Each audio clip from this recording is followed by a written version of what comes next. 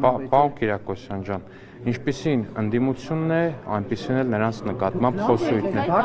Պարոն Կիրակոսյան, նորից եմ ասում, ինչպիսին ընդդիմությունն է, այդպիսին էլ նրանց նկատմամբ խոսույթն է։ Մենք շատ կուզենայինք, որ մեր ընդդիմադիրները լինեին օրինակ ինտելեկտուալ, լինեին կառուցողական կամ թեկուզ ոչ կառուցողական, ապակառուցողական, բայց այնուամենայնիվ լինեին նորմալ քաղաքական դիսկուրսի մեջ, խոսային ինչ-որ կարևոր բաներից։ Այն մեկը վերակացել, ասում է, ես ուժեղ եմ ինչ-որ արհեստական բանականությամբ ռոբոտային վիդեոներ ասարքում, որտեղ ինքը երկու բառ հայերեն կամ ռուսերեն կամ անգլերեն կամ աշխարհի որևէ լեզվով երկու բառ իրար կապել չի կարողանում,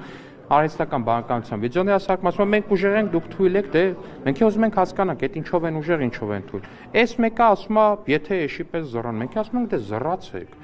Հիմա ինչ եք առաջարկում։ Ինչ պետք է անենք, օրինակ։ Բայց ընդհանրական ասած, դուք ինչ եք ձեր վրա վերցնում։ Բայց ում վրա ենք վերցնում։ Մենք մեր վրա չենք վերցնում։ Մենք իր վրա ենք։ Բա վարչապետը նաև ընդհանուր քաղաքական դաշտի համար որոշակի պատասխանատվություն ունի, եթե քաղաքական դաշտի ակտորներից մեկը նման առաջարկ կա։